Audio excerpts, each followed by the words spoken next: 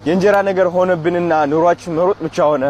ጠዋት ከእንቅልፋችን ሳነቃ ወይኔ ስራ ረፈደብኝ ብለን በስነ ስርዓት እንኳን ሳንጸልይ ቁርሳችን ተረጋግተን ሳንበላ ቤቱን በርግደን እንወጣለን። ከዛ ደግሞ ሳንወድ ጸባያቸው ከኛ ጋር ማይስማሙ ሰዎች ጋር ተቀላቅለን ለመስራት እንገደዳለን።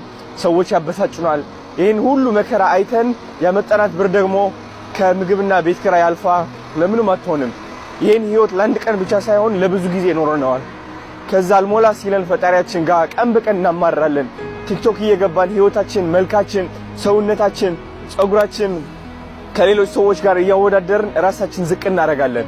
ከዛ ምን አድርጌ ነው እንደዚህ ቀን በቀን ምቀጣው እያል ፈጣሪያችንን እናማራለን።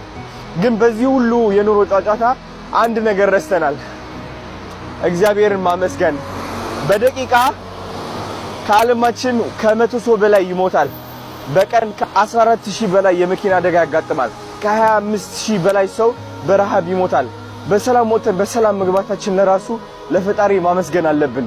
ንጹህ ውሃ መጠጣታችን ለራሱ ትልቅ ትዕድልት ነው። ያንተን ህይወት ለማግኘት ህይወታቸውን የሚሰጡ ብዙ ሰዎች አሉ።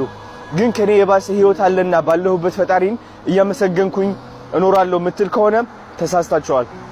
ነገ የበለጠ ሰው ለመሆን ማትሞክሩ ማጥሩ ከሆነ እድሜ ልካችሁን ከሰው ተቀጥራችሁ ከሰው ጋር እየተጨቃጨቃችሁ ከሰው ከማትፈልጉ ሰው እየሰራችሁ እድሜ ልካችሁን ትኖራላችሁ። የፈለጋችሁን የውስጣችሁን ልባችሁን የተመኘውን ነገር መርጣችሁ አትሰሩም።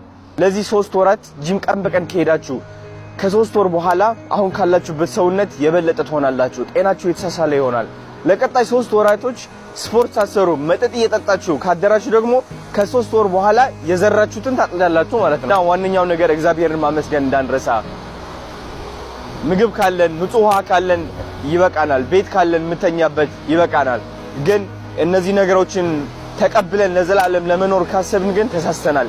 እነዚህ ነገሮችን ለምስጋና አመሰግናለሁ እግዚአብሔር ሆይ እነዚህ ነገሮች ስለሰጠኝ በጣም አመሰግናለሁ። ግን ለቀጣይ የበለጠ ሰው መሆን ፈልጋለሁ። ሰዎች መርዳት ፈልጋለሁ።